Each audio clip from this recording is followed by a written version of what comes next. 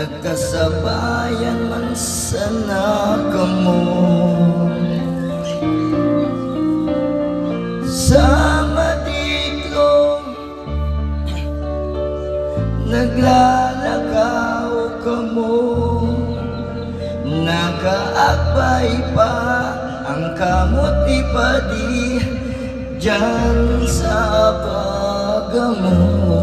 Iya nasiram kang gibunindo, dahil na kamo na supok darakula na ang aking nindo.